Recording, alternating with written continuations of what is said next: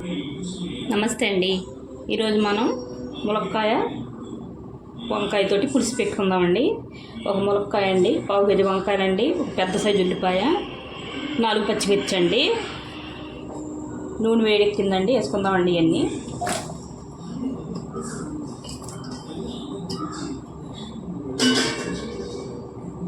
ఉప్పు పసుపు వేసుకుందామండి.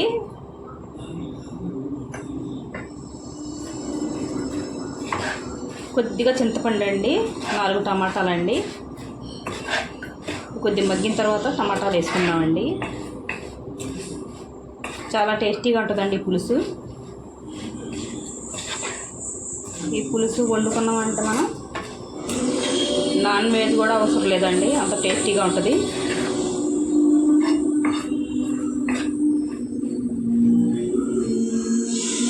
కొద్దిగా మగ్గనిద్దామండి. చూడండి, ముక్కలు మగ్గినాయండి. కొద్దిగా మసాలా అండి, ఇది వేసుకుంటే చాలా టేస్టీగా ఉంటుందండి.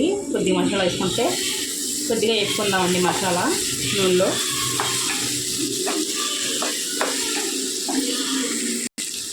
చూడండి, మసాలా వేగిందండి. కారం సరిపడా వేసుకుందామండి. పులుసు కదండి, కొద్దిగా ఎక్కువ పడుద్దండి. నేను 3 చెంచాలు వేసుకున్నానండి. కొద్దిగా నూనెలో వేగితే సరిపోద్దండి కారం.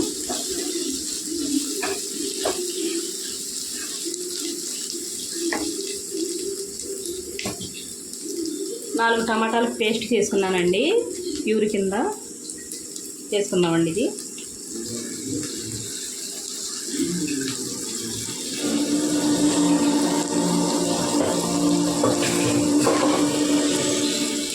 కలుపుకుందామండి.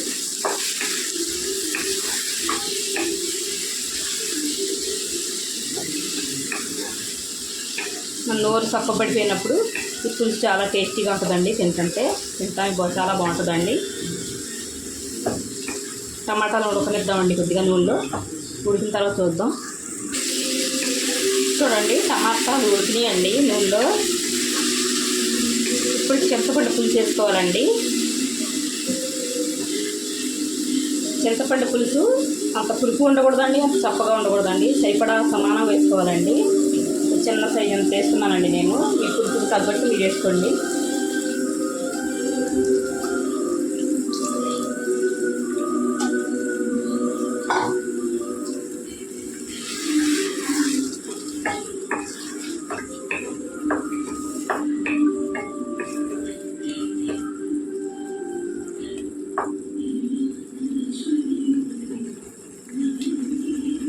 నీళ్ళు వేసుకుందామండి, సరిపడా ముక్కలు ఉడికేలాగా వేసుకుందామండి. పెద్ద గ్లాసులు వేసుకుంటున్నాను నేను.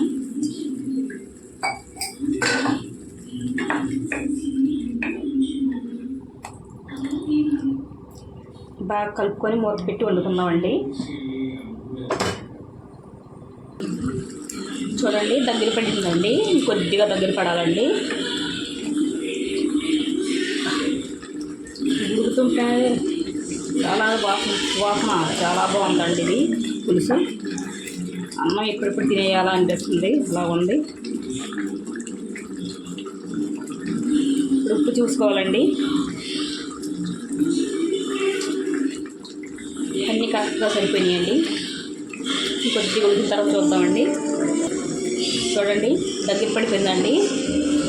ఇంతేనండి, స్టవ్ కట్టేసుకుందాం. ఈ వీడియో నచ్చితే లైక్, షేర్, సబ్స్క్రైబ్ చేసుకోండి.